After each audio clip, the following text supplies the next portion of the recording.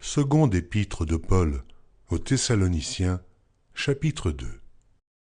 Pour ce qui concerne l'avènement de notre Seigneur Jésus-Christ et notre réunion avec lui, nous vous prions, frères, de ne pas vous laisser facilement ébranler dans votre bon sens, et de ne pas vous laisser troubler, soit par quelque inspiration, soit par quelques paroles, ou par quelques lettres qu'on dirait venir de nous, comme si le jour du Seigneur était déjà là. Que personne ne vous séduise d'aucune manière, car il faut que l'apostasie soit arrivée auparavant, et qu'on ait vu paraître l'homme du péché, le fils de la perdition. L'adversaire qui s'élève au-dessus de tout ce qu'on appelle Dieu ou de ce qu'on adore, jusqu'à s'asseoir dans le temple de Dieu, se proclamant lui-même Dieu. Ne vous souvenez-vous pas que je vous disais ces choses lorsque j'étais encore chez vous? Et maintenant, vous savez ce qui le retient, afin qu'il ne paraisse qu'en son temps. Car le mystère de l'iniquité agit déjà. Il faut seulement que celui qui le retient encore ait disparu.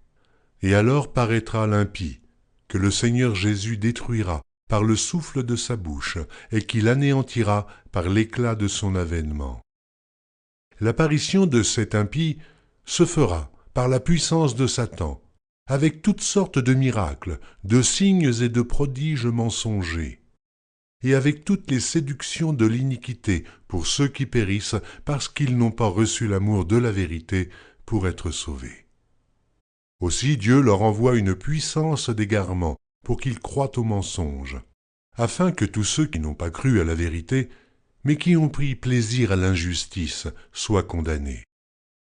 Pour nous, frères bien-aimés du Seigneur, nous devons à votre sujet rendre continuellement grâce à Dieu, parce que Dieu vous a choisi dès le commencement pour le salut, par la sanctification de l'Esprit et par la foi en la vérité.